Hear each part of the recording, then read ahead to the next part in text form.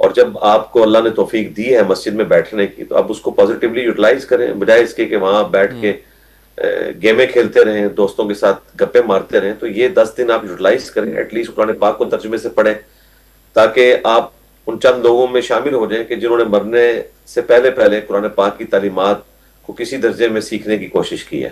اچھا علی بھائی، عورت کے اعتکاف کے لیے شرعی احکامات کیا ہیں؟ عورت کے لیے بھی سنت تو یہی ہے کہ وہ مسجد میں اعتکاف کرے. بخاری مسلم میں آتا ہے امہات المومنین بھی مسجد میں اعتکاف کیا کرتی تھی. سنت عمل تو یہی ہے. ٹھیک ہے. اب چونکہ مساجد کے اندر سیکیورٹی ایشوز کی وجہ سے پھر سی سی ٹی وی کیمرے بھی لگے ہوئے ہیں اور کئی ایک معاملات جڑے ہوئے ہیں. پاکستان میں تو شاید ہی چند گنتی کی مساجد ہوں جن میں ایٹ لیسٹ اعتکاف کا اہتمام ہو سکتا ہے.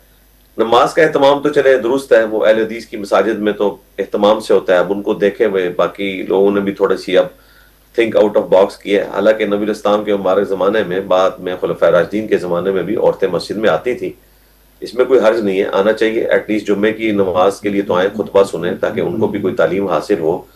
اعتکاف بھی اگر کہیں پہ اجتماعی اعتکاف عورتوں کا ہوتا ہے جہاں پہ پردے کا اہتمام ہے، باقی سیکیورٹی ایشوز نہیں ہے، تو ضرور کریں.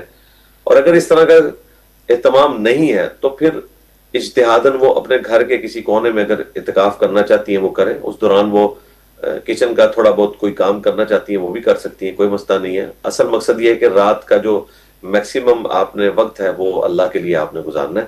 البتہ ایک چیز جو قرآن میں رپورٹ ہوئی ہے کہ جب اعتکاف کی حالت میں ہو تو میاں بیوی کوئی ازدواجی تعلق آپس میں قائم نہیں کر سکتے. اچھا علی بھائی، ایک انسان ہے جو کہ اعتکاف بیٹھنا چاہتا ہے، اس نے نیت بھی کر لی ہے، لیکن وہ کچھ حادثہ ہو گیا، بیمار ہو گیا، کوئی مسئلہ ہو گیا، اعتکاف میں نہیں بیٹھ پایا. وہ ایسی کیا عبادات کر سکتا ہے کہ کچھ اللہ کے نزدیک ہو سکے ان دنوں میں اعتکاف کے علاوہ بھی؟ یعنی اگر وہ اعتکاف میں نہیں بیٹھ سکا تو اور کون سی ایسی عبادات کرے؟ دیکھیں، میں نے بخاری مسلم کے حوالے سے آپ کو پہلے سٹارٹ ہی میں بتایا کہ اعتکاف کا مقصد شب قدر کی تلاش ہے. تو اس کا بڑا آسان طریقہ یہ ہے کہ ایٹ لیسٹ جو طاق راتیں ہیں ان کو وہ زندہ رکھے اپنے گھر میں. نبی الاسلام کے بارے میں بخاری مسلم میں آتا ہے کہ نبی الاسلام طاق راتوں میں خود بھی اٹھتے تھے اور اپنے گھر والوں کو بھی جگاتے تھے تاکہ قیام اللیل کا، نوافل کا اہتمام کریں. تو وہ اپنے گھر میں بھی عبادت کر سکتا ہے، مسجد میں جا کے کرنا چاہے مسجد میں کر سکتا ہے. ویسے تو بخاری مسلم میں حدیث ہے کہ مرد کی فرض نماز کے بعد سب سے افضل نماز وہ ہے جو وہ گھر میں پڑھتا ہے. اسی طریقے سے بخاری مسلم میں ایک اور حدیث موجود ہے، نبی الاسلام نے فرمایا کہ اپنی نماز کا کچھ حصہ گھر میں پڑھا کرو، اس کی وجہ سے گھر میں برکت ہوتی ہے. آپ کی بھی مبارک سنت یہی تھی کہ آپ سنتیں اپنے گھر میں ہی ادا کرتے تھے. وہ بھی بخاری مسلم میں آیا کہ اما عائشہ کہتی ہیں کہ نبی الاسلام فجر سے پہلے 2 رکعتیں پڑھتے، پھر فجر کی نماز پڑھاتے، ظہر سے پہلے 4 رکعتیں پڑھتے، پھر ظہر کی نماز پڑھاتے، پھر حجرے میں آ کے 2 رکعتیں پڑھتے. وہی جو سنت موقع ہیں 12. تو سنت تو یہی ہے کہ گھر میں نوافل اور سنت نماز ادا کی جائے. وہ یہ کر سکتے ہیں، ایٹ لیسٹ طاق راتوں میں اس کا اہتمام کریں. اور مسلم شریف کی وہ حدیث میں دوبارہ سے ریپیٹ کر دوں گا کہ جس نے عشاء کی نماز جماعت سے پڑھی گویا اس نے آدھی رات کا قیام کیا، اور جس نے فجر کی نماز بھی جماعت سے پڑھ لی اس حال میں کہ اس کی کوئی رکعت فوت نہیں ہوئی تو گویا اس نے پوری رات کا ایک قیام کر لیا. جب آپ پوری رات کا قیام کر لیں گے تو آپ کو شب قدر مل جائے گی جو 1000 مہینوں سے افضل ہے. اچھا علی بھی ایک سوال ہے کہ ایک شخص اعتکاف بیٹھنا چاہتا ہے اور گھر کی کچھ گھریلو ذمہ داریاں ایسی ہیں کہ وہ واحد کفیل ہے گھر کا، گھر کی ذمہ داریوں کی وجہ سے نہیں بیٹھ سکتا. وہ ایسے انسان کو کیا کرنا چاہیے؟ اعتکاف میں پھر بھی بیٹھنا چاہیے یا پہلے اپنی گھریلو ذمہ داریوں کو مد نظر رکھے؟ کیا ایسے انسان کیا فیصلہ کرے؟ اس لیے کیا افضل ہے؟ نہیں، اعتکاف تو کرنے کی ضرورت نہیں اس کو. اعتکاف تو نفلی عبادت ہے. اصل جو چیز ہے وہ تو روزے ہیں، باقی قیام اللیل یعنی تراویح کی نماز ہے، اعتکاف ہے، یہ سب نفلی عبادات ہیں. یہ ان لوگوں کے لیے ہیں جن کے پاس ٹائم اویلیبل ہے، ریسورسز اویلیبل ہیں، وہ کریں. ہر بندے نے اس کا گلٹ محسوس نہیں کرنا کہ میں اعتکاف نہیں بیٹھ سکا. بھائی اعتکاف تو پورے محلے میں کوئی ایک بندہ بھی بیٹھ لے تو پورے محلے کی طرف سے ایک سنت کفایہ ادا ہوگی. یہ کوئی فرض بھی نہیں ہے. جنازے کی نماز تو چلیں فرض کفایہ ہے، چند لوگ ادا کریں، سب کی طرف سے ہو جائے گی، لیکن یہ تو سنت کفایہ ہے، تو کوئی ضرورت نہیں اس میں گلٹ محسوس کرنے. اچھا، ایک انسان جو اعتکاف کی روح کو سمجھ گیا، اس نے اعتکاف کا پورا وقت مسجد میں قیام کیا، عبادات کی اور صحیح روح کو سمجھ کے کیا، اس انسان کی شخصیت پہ، روحانیت پہ کیا اثر پڑتا ہے اس کا؟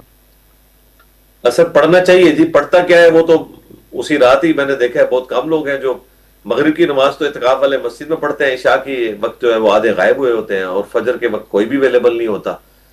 حالانکہ ایسے لوگوں کو سوچنا چاہیے کہ رمضان کا خدا بھی وہی ہے جو غیر رمضان کا خدا ہے۔ تو یہ اعتکاف میں اللہ تعالیٰ نے آپ کی ایک پریکٹس کروائی ہے، آپ 10 دن کے لیے بیٹھے ہیں، 5 نمازیں آپ تکبیر اولیٰ سے پڑھ رہے ہیں اور کمٹمنٹ کے ساتھ وقت اپنے رب کے لیے گزار رہے ہیں، تو بقیہ کے دنوں میں ایٹ لیسٹ اس لیول پہ تو ظاہر ہے پاسبل نہیں ہے، لیکن کم از کم نمازوں کا تو اہتمام کریں، یہ تو اس سے لرن کریں۔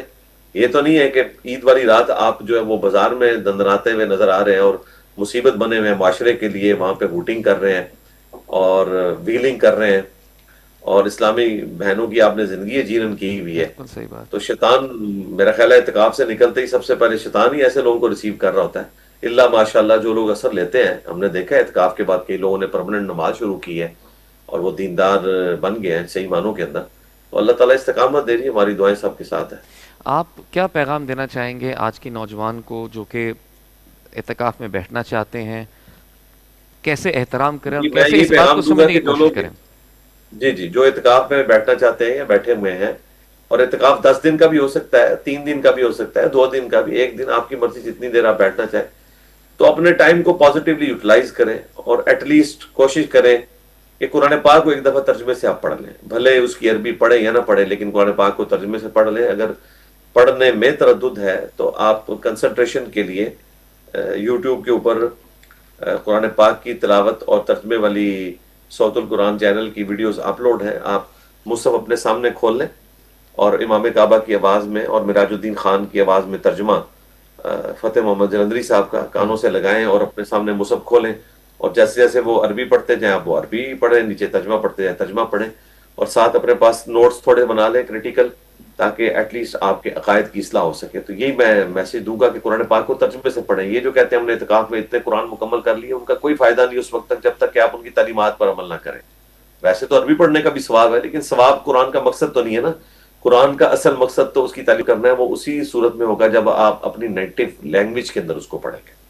علی بھائی آپ کا بہت بہت شکریہ، بہت خوبصورت پیغام دیا، اور آپ سے گزارش ہے دعا میں ہمیں بھی یاد رکھیے گا، انشاءاللہ کل پھر آپ سے ملاقات ہوگی اللہ نگہبان۔ انشاءاللہ۔ ناظرین اسی کے ساتھ ہم ایک بریک کی جانب بڑھتے ہیں، حاضر ہوتے ہیں ایک وقفے کے بعد۔ دیکھتے رہیے رمضان میں بول آن بول نیوز اینڈ بول انٹرٹینمنٹ۔